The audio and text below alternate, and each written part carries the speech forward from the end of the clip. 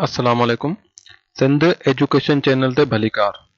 अॼु पाण कार्बोहाइड्रेट जे बारे में पढ़ंदासीं। कार्बोहाइड्रेट खे सिंधी में निशास्तोप चयो वेंदो आहे। कार्बोहाइड्रेट जो नालो कीअं पियो? कार्बोहाइड्रेट ॿिनि वर्ड ते मुश्तमिल आहे, हिकिड़ो कार्बन, ॿियो हाइड्रेट। कार्बन एटम, हाइड्रेट यानी वाटर मॉलिक्यूल। शुरू में जेके बि कार्बोहाइड्रेट लधा विया, जीअं ग्लूकोज आहे जंहिंजो फार्मूलो आहे C6H12O6। उन में जेतिरा बि कार्बन एटम हुआ ओतिरा ई वाटर मॉलिक्यूल हुआ। तंहिं करे जेके उन बेस ते जेको नालो ॾिनो वियो उहो कार्बोहाइड्रेट ॾिनो वियो। हाणे जेके एडवांस जेके कार्बोहाइड्रेट जेकी पॉलीसेक्राइड या ओलीसेक्राइड लधा विया आहिनि, उन्हनि में इहा इन क्राइटेरिया ते उहे पूरा कोन हलनि। मतलब उन्हनि में जेतिरा कार्बन ऐं ओतिरा ई वाटर मॉलिक्यूल हुजनि, ईअं कोन्हे को। सिर्फ़ु इहो मोनोसेक्राइड जेका हिकिड़ी टाइप आहे, उहे जेको आहे इन नाले ते उहो पूरो था हलनि। हिननि खे हाइड्रेटेड कार्बन में चयो वेंदो आहे। इहे जेके आहिनि ऑर्गेनिक कंपाउंड आहिनि, जिन में कार्बन, हाइड्रोजन ऐं ऑक्सीजन, मतिलबु जेके बि कार्बोहाइड्रेट आहिनि उन में इहे टे जेके एटम आहिनि, टे एलिमेंट आहिनि, उहे मौजूदु आहिनि। इन खां सवाइ ॿियो को बि एलिमेंट इन कार्बोहाइड्रेट में मौजूदु कोन्हे को। जेके बि कार्बोहाइड्रेट आहिनि उन्हनि में जेको हाइड्रोजन ऐं ऑक्सीजन जो रेशियो आहे उहो साॻियो आहे जेतिरो वाटर में मौजूदु आहे, यानी कि हर ॿिनि हाइड्रोजन ते हिकिड़ो ऑक्सीजन। त मतिलबु जेको हाइड्रोजन जो नंबर आहे उहो डबल आहे। ईअं मिसाल तौरु जेको हिकिड़े अहिड़ा वाटर मॉलिक्यूल गलियल आहिनि जंहिंमें हाइड्रोजन जो नंबर 100 आहे, त हुन में जेको ऑक्सीजन जो नंबर हूंदो उहो 50 हूंदो। यानी 50 वाटर मॉलिक्यूल में 100 हाइड्रोजन हूंदा ऐं 50 ऑक्सीजन हूंदा। कार्बोहाइड्रेट जे लाइ जो कॉमन लफ़्ज़ इस्तेमालु थींदो आहे उहो शुगर्स या स्वीट, मिठियूं जेके शयूं। कार्बोहाइड्रेट जेके आहिनि उहे सेल जो जेको मास आहे, यानी जेको वज़न आहे, उहो 1%, सिर्फ़ु जेको 1% आहे। छो त हीअ जेके न एज़ अ फ्यूल तौरु इस्तेमालु थींदा आहिनि, यानी कि जेका बि सेल में एनर्जी खपंदी आहे उहा कार्बोहाइड्रेट प्रोवाइड कंदा आहिनि। तंहिं करे स्ट्रक्चर ठाहिण जे हिसाब सां हिननि जो जेको आहे उहो रोल घटि आहे। सेल जो जेको वज़न जे हिसाब सां सिर्फ़ु 1% जेको आहे उहो कार्बोहाइड्रेट हूंदा आहिनि। हीअ शयूं ॾिसी सघो था, चांवर आहिनि, बनाना आहिनि, ब्रेड आहिनि, बिस्किट आहिनि, कॉर्न आहे। हीअ जेके बि शयूं आहिनि ही सभु जेको आहे हिननि में कार्बोहाइड्रेट जेको आहे सुठी क्वांटिटी में मौजूदु आहे। जेको प्लांट वारो सोर्स आहे, हिकिड़ो पाण चऊं गोश्त वारो सोर्स, ॿियो जेको आहे उहो ॿूटनि वारो। त जेके ॿूटा आहिनि उन सभिनी ॿूटनि में कार्बोहाइड्रेट जेको आहे उहो सुठी क्वांटिटी में मौजूदु हूंदो आहे। गोश्त जेको आहे उन्हनि में कार्बोहाइड्रेट घटि क्वांटिटी हूंदो ई कोन्हे, बल्कि न हुजण जे बराबरि हूंदो आहे। टाइप्स ऑफ कार्बोहाइड्रेट जेके आहिनि उहे नंबर ऑफ कार्बन जे हिसाब सां या नंबर ऑफ मॉलिक्यूल जे हिसाब सां जेको आहे उहो 3 हिसनि में विरहायल हूंदा आहिनि। हिकिड़ा मोनोसेक्राइड, ॿियो ओलिगोसेक्राइड, टियों पॉलीसेक्राइड। ऐं टिनी खे जेको आहे पाण तरतीबवार पढ़ंदासीं। मोनोसेक्राइड जेके आहिनि उहे सिंपल शुगर चयो वेंदो आहे, सादियूं शुगर जेके वधीक जेको आहे उन्हनि खे ब्रेक न करे सघे। It is the simplest carbohydrate molecule and can not be hydrolysed further. उहे वधीक जेको आहे उन्हनि खे टोड़े नथो सघे। Monosaccharide are white crystalline solids, sweet in taste and soluble in water. ये जेको आहे सफ़ेद कलर में क्रिस्टल सॉलिड हूंदा आहिनि, मतिलबु सॉलिड फॉर्म में, सख़्त फॉर्म में मौजूदु हूंदा आहिनि। इन खां सवाइ जेको ज़ाइके में इहे स्वीट हूंदा आहिनि, मिठा हूंदा आहिनि, ऐं पाणी में जेको आहे हलपतीर हूंदा आहिनि। मतिलबु पाणी में जेकर हिन खे ॻारिजे त उहे फौरन ॻरी वेंदा आहिनि। हिननि जो जेको सादो फार्मूला आहे, एम्पिरिकल फार्मूला, उहो CH2O ऐं bracket N। Monosaccharide are present at least with 3 carbon up to 7 carbon. जेके मोनोसेक्राइड आहिनि उन्हनि में घटि में घटि 2 कार्बन वारा हूंदा आहिनि ऐं वधि में वधि 7 कार्बन वारा ताईं जेके आहिनि मोनोसेक्राइड मौजूदु आहिनि। And these monosaccharide may contain either aldehyde functional group और ketone functional group. For example glucose is 6 aldehyde while fructose is 6 carbon ketone। जीअं पाण पहिरीं बि डिस्कस कयो त मोनोसेक्राइड जेके आहिनि उनमें घटि में घटि 3 कार्बन हूंदा ऐं उन खां वठी 7 कार्बन ताईं थी सघंदा ऐं उहो 3 कार्बन वारी शुगर उन में या त फंक्शनल ग्रुप अल्डिहाइड हूंदो या कीटोन हूंदो। ईअं 4 कार्बन वारी जेका शुगर आहे उन में या त अल्डिहाइड फंक्शनल ग्रुप हूंदो या कीटोन हूंदो। ईअं 5 कार्बन वारी 6 वारी 7 वारी उन्हनि में या अल्डिहाइड फंक्शनल ग्रुप हूंदो या कीटोन हूंदो। इन ॿिनि मां को बि थी सघे थो। कार्बन नंबर उन्हनि ॿिन्ही जो साॻियो हूंदो। हाणे ही ॾिसो ही 3 कार्बन वारी शुगर आहे। ही जेका विच में 5 कार्बन वारी ही 6 कार्बन वारी। ईअं हेठी तस्वीर आहे इनमें जेका ही पहिरीं आहे उहा 3 कार्बन, ही विच में 5 कार्बन ऐं ही 6 कार्बन। हाणे फ़र्क़ु कहिड़ो आहे हिन में जेको फंक्शनल ग्रुप आहे उहो अल्डिहाइड आहे ऐं हिन में फंक्शनल ग्रुप जेको आहे उहो कीटोन आहे। अल्डिहाइड फंक्शनल ग्रुप हमेशह पहिरीं पोजीशन ते लॻंदो। कीटोन जेको फंक्शनल ग्रुप आहे उहो ॿी पोजीशन ते लॻंदो मॉलिक्यूल में। अच्छा, हिन जो 3 कार्बन है ग्लाइसर अल्डिहाइड।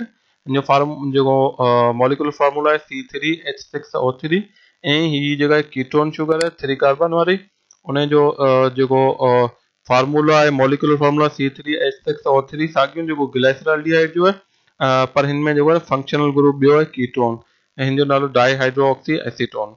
ईअं हेॾा 5 कार्बन वारी इन जो मॉलिक्यूलर फार्मूला C5H10O5 नालो इन जो राइबोस। ईअं हिनमें अल्डिहाइड फंक्शनल ग्रुप है, हिनमें कीटोन फंक्शनल ग्रुप है। हिन जो मॉलिक्यूलर फार्मूला ही साॻियो आहे राइबोस वारो C5H10O5 पर हिन जो ही जेको आहे फंक्शनल ग्रुप चेंज हुजण जे करे इन जो प्रॉपर्टीज चेंज थी वञनि। हिन जो नालो राइब्यूलोज। ईअं 6 कार्बन वारी शुगर हिन जो फार्मूला C6H12O6 ग्लूकोज ऐं ईअं ही साॻे मॉलिक्यूलर फार्मूला सां कीटोन फंक्शनल ग्रुप में जेका शुगर है उहा आहे फ्रक्टोज।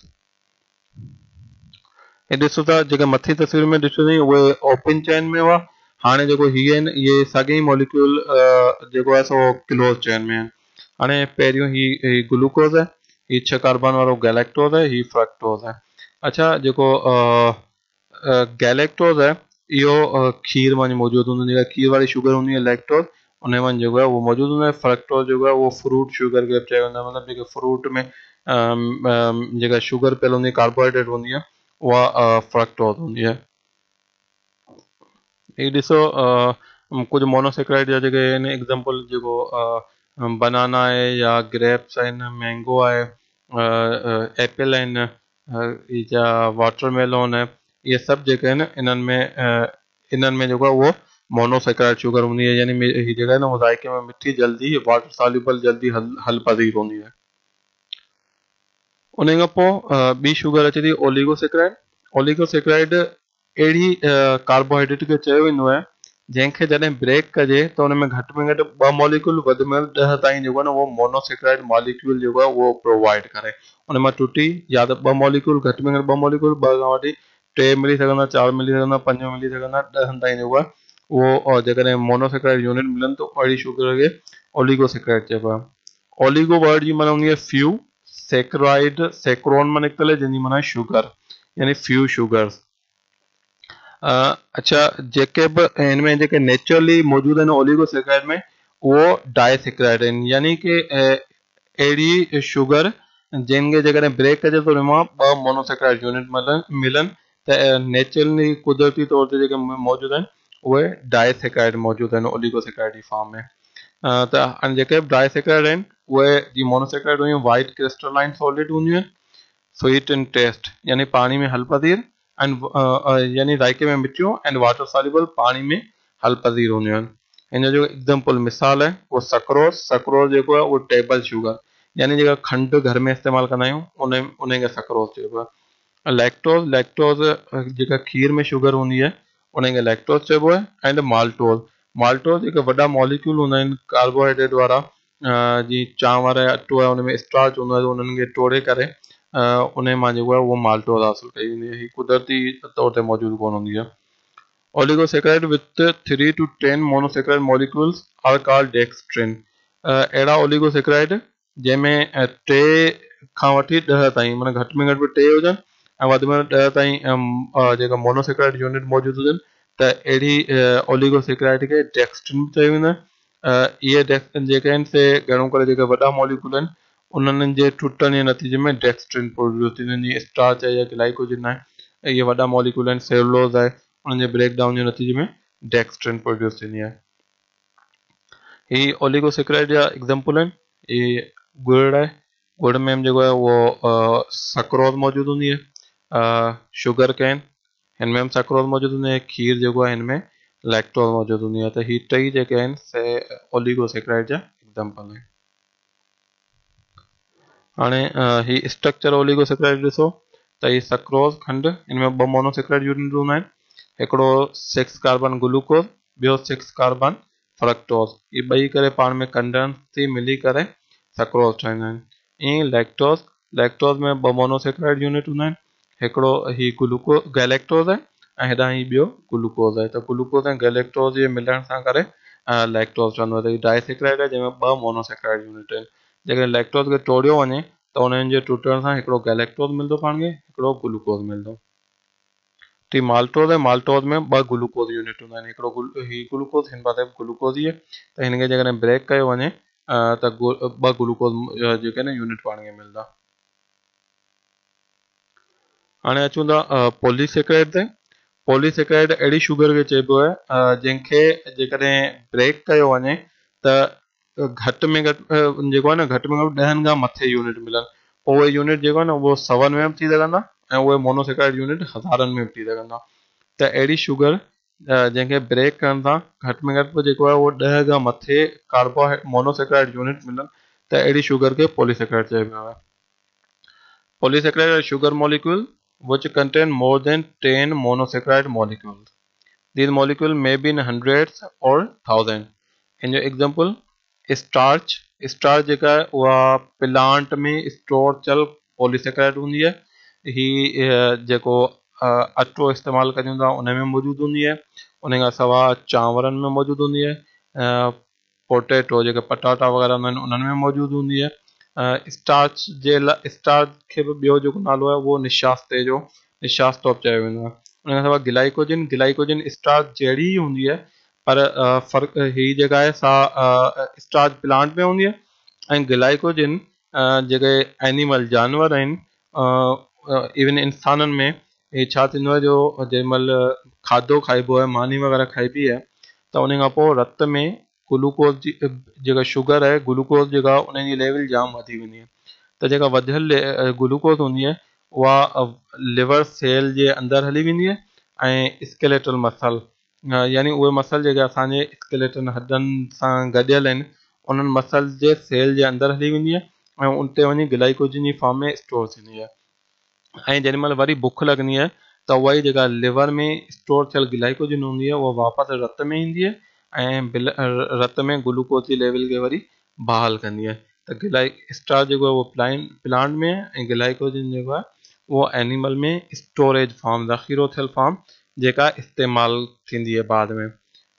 ठीकु आहे, त ॿ ही फॉर्म थी विया। ऐं टी एंड सेलुलोज, सेलुलोज बि हिकिड़ी पॉलीसेक्राइड आहे जंहिं मंझां प्लांट जेके ॿूटा आहिनि उन्हनि जी सेल वाल ठहियलु हूंदी आहे। जेका सेल जी सपोर्ट उन खां ॿाहिरियों जेको लेयर हूंदो आहे जंहिंखे सेल वाल चइबो आहे, त जेका सेल वाल हूंदी आहे उहा सेलुलोज जी ठहियलु हूंदी आहे।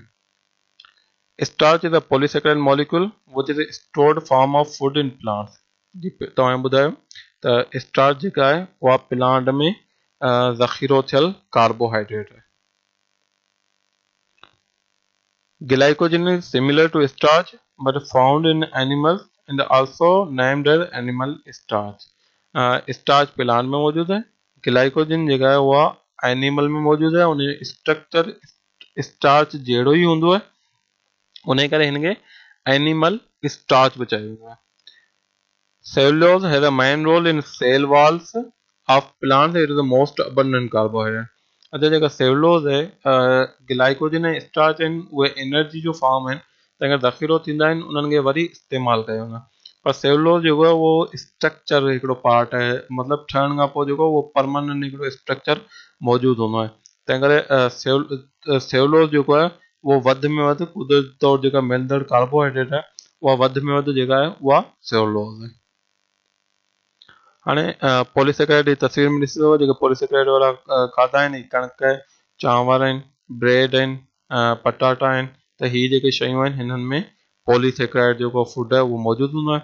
ही पॉलीसेकेराइड जेको आहे उहो ज़ाइके में मिठा कोन हूंदा आहिनि। जीअं पाण मोनोसेकेराइड ऐं ओलिगोसेकेराइड जो पढ़ियोसीं त उहे ज़ाइके में मिठा हूंदा आहिनि, त ही जेको आहे ज़ाइके में मिठा कोन हूंदा आहिनि। पर हिननि में हिकिड़ी कॉम्प्रेस थियल हिकिड़ी दॿियल जॻह आहे, दॿाए करे जाम एनर्जी कंहिं शइ में स्टोर कजे त हिन में एनर्जी घणी हूंदी। ही ब्रेक थी वरी ओलिगोसेकेराइड ऐं मोनोसेकेराइड में टुटंदा आहिनि ऐं एनर्जी प्रोवाइड कंदा आहिनि। त ही जेका आहे हिननि में हिकिड़ी एनर्जी जेका आहे हिन में वधीक हूंदी आहे ऐं ही कॉम्प्रेस थियल हिकिड़ी जेका आहे न उहा मोनोसेकेराइड ऐं ओलिगोसेकेराइड हिन में पियल हूंदा आहिनि, जेके ब्रेक थी वरी ओलिगोसेकेराइड ऐं मोनोसेकेराइड में टुटी ऐं एनर्जी ॾींदा आहिनि। हाणे पॉलीसेकेराइड जो स्ट्रक्चर ॾिसो त हिन में तक़रीबन जेको आहे न 32 मोनोसेकेराइड यूनिट ॾेखारियल आहिनि। त हिन में हीअ अञा बि घटि ॾेखारियल आहिनि। नेचुरली जेको स्टार्च या ग्लाइकोजन आहे उनमें जेको आहे न उहो 7 में अहिड़ा जेको अहिड़ी चैन मौजूदु हूंदी आहे। उन खां पोइ ही जेको आहे हर मॉलिक्यूल ही ॾिसो सघो था, ही हिकिड़ो ग्लूकोज मॉलिक्यूल आहे, ही हिकिड़ो। त हाणे इहे अहिड़ा ही जेके न सभु ग्लूकोज मॉलिक्यूल अलॻि ब्रेक थींदा आहिनि। उन खां पोइ हर ग्लूकोज मॉलिक्यूल बि वरी ब्रेक थींदो आहे, जंहिंमां 36 ATP प्रोड्यूस थींदा आहिनि ऐं हर ATP जेको आहे उहो 7300 कैलोरीज जेको आहे न उहा एनर्जी जो ॾेई सघे थो। त मतिलबु एतिरी एनर्जी हिकिड़े ग्लूकोज में मौजूदु हूंदी आहे। त सोचो त जेको पॉलीसेकेराइड आहे हिकिड़ी वॾी चेन आहे जंहिंमें 7 में मॉलिक्यूल आहिनि, त हुन में केतिरी एनर्जी जेका आहे उहा स्टोर थियल हूंदी। हाणे कार्बोहाइड्रेट जा function. Carbohydrate are strong source of energy. ये कार्बोहाइड्रेट आहिनि उहे तव्हां पहिरीं ॿुधायो त ही स्ट्रक्चर जेको आहे उन में स्ट्रक्चर में घटि रोल प्ले कंदा आहिनि, 1% बाय मास हूंदा आहिनि सेल जो। पर एनर्जी जेको आहे न फ्यूल जेको चइजे, मतिलबु पेट्रोल आहे जेको जीअं गाॾी खे थो हलाए, तीअं जेको कार्बोहाइड्रेट आहे उहो इंसान में कुझु तकड़ी एनर्जी ॾिए थो, तवानाई ॾिए थो ऐं इंसान जेको आहे पंहिंजा कमकार करण जे क़ाबिल थो थी वञे। त हीउ जेको आहे स्ट्रॉन्ग सोर्स आहे, मतिलबु मेन सोर्स जेको आहे तवानाई जो उहो कार्बोहाइड्रेट है। Present as a stored food molecule starch and glycogen. ये जो है स्टोर्ड फॉर्म में मौजूद होंगे है, जी प्लांट में स्टार्च एंड एनिमल में glycogen. Carbohydrate work as a building protective and supportive material. Carbohydrate जो है वो स्ट्रक्चरल रोल भी प्ले कंदो आहे। ही जो है ना प्रोटीन ना गॾिजी ग्लाइकोप्रोटीन ठाहींदो आहे। ग्लाइकोप्रोटीन उन में कार्बोहाइड्रेट जो जेको परसेंटेज है उहा घटि हूंदी आहे, प्रोटीन जी वधीक हूंदी आहे, पर उहो हिकिड़ो गॾियल मॉलिक्यूल ठाहींदो आहे। ईअं लिपिड सां गॾिजी ग्लाइकोलिपिड ठाहींदो आहे, त गॾियल मॉलिक्यूल हूंदो आहे। त उहो जेके गॾियल मॉलिक्यूल हूंदा आहिनि उहो बिल्डिंग यानी स्ट्रक्चर ठाहिण जो कमु कंदो आहे, प्रोटेक्शन जो कमु बि कंदो आहे। प्रोटेक्शन जी जेके एंटीबॉडीज़ ठहंदियूं आहिनि, वाइट ब्लड सेल ठाहींदा आहिनि, त उन्हनि में जेको आहे उहो थोरो घणो कार्बोहाइड्रेट जी क्वांटिटी मौजूदु हूंदी आहे। उन खां अलावा सपोर्टिव मटेरियल तौर बि सपोर्टिव मटेरियल तौर बि जेको आहे उहो कार्बोहाइड्रेट मौजूदु हूंदो आहे। ही जेको आहे they form conjugated molecule with protein and lipid. जीअं तव्हां ॿुधायोसीं त जेको कार्बोहाइड्रेट आहे उहो प्रोटीन सां गॾिजी ग्लाइकोप्रोटीन ठाहींदो आहे, गॾियल मॉलिक्यूल ठाहींदो आहे, ऐं लिपिड सां गॾिजी लिपिड गॾियल मॉलिक्यूल ठाहींदो आहे। उहे उन्हनि जो हिकिड़ो ख़ासि रोल हूंदो आहे, उन हिसाब सां कार्बोहाइड्रेट जी इम्पोर्टेंस आहे। कार्बोहाइड्रेट जेको आहे ही ग्लूकोज मॉलिक्यूल है, ही ओपन चेन में क्लोज चेन में सॉरी बंद स्ट्रक्चर में रिंग फॉर्म में है। ही जेको आहे ओपन चेन में खुलियल जेको स्ट्रक्चर आहे, ही जेको ओपन चेन स्ट्रक्चर हूंदा आहिनि जेॾी महिल हिननि खे पाणी वग़ैरह में विझिबो आहे, के सॉल्यूशन में विझिबो आहे, उन खां पोइ सॉल्यूशन जे अंदरि ही जेको आहे ही जेको 6 पोजीशन आहे, जेका हिनजी पहिरीं पोजीशन आहे, इहे पाण में बंदि थी रिंग स्ट्रक्चर ठाहींदा आहिनि। हीअ एनर्जी कीअं प्रोवाइड कंदा आहिनि, हिननि जा जेके आहिनि उहे बॉन्ड टुटंदा आहिनि। बॉन्ड टुटण जे नतीजे में ही जेको कार्बन आहे हिननि जे विच में जेको बॉन्ड आहे, हिननि में एनर्जी स्टोर थियल हूंदी आहे। त कार्बन जेॾी महिल टुटंदो आहे त जेका पाण ऑक्सीजन साह में खणंदा आहियूं उहा हिन कार्बन सां गॾिजी कार्बन डाइऑक्साइड ठहंदी आहे। छो त कार्बन जेकॾहिं सॉलिड फॉर्म में डिपॉज़िट थी आहे सेल जे अंदरि, त उहो नुक़सानदायक थींदो। उहो सेल जे अंदरि जमा थी हिकिड़ो कार्बन जमा थी कारो मटेरियल जेको जमा थी सेल खे जेको आहे न उहो डिस्ट्रॉय कंदो। तंहिं करे कार्बन जेको आहे ऑक्सीजन अंदरि वेंदी आहे त उहो कार्बन सां गॾिजी कार्बन डाइऑक्साइड ठहंदी आहे, त उहा गैस आहे, उहा गैस आसानी सां ॿाहिरि निकिरी वेंदी आहे जंहिंसां मञा। ऐं उन हिननि बॉन्ड में जेका एनर्जी स्टोर थियल हूंदी आहे, उन एनर्जी मञा सेल में जेके कमु थींदा आहिनि उन्हनि में उहा एनर्जी इस्तेमालु थींदी आहे। त उहा एनर्जी जेका आहे न उहा एनर्जी रिलीज़ थी ADP ऐं इनऑर्गेनिक फॉस्फेट हिननि जे विच में बॉन्ड ठहंदो आहे, ऐं हीअ जेको आहे उहो ATP यानी ही डाई फॉस्फेट है, डाई माना 2, हेॾा ट्राई फॉस्फेट है यानी 3। त हिन करे 3 फॉस्फेट आहे हिन में जेको आहे न उहो हिकिड़े ATP जे अंदरि 7.3 किलो कैलोरीज या 7,300 कैलोरीज जो आहे उहा एनर्जी स्टोर थियल हूंदी आहे। अल्लाह हाफ़िज़।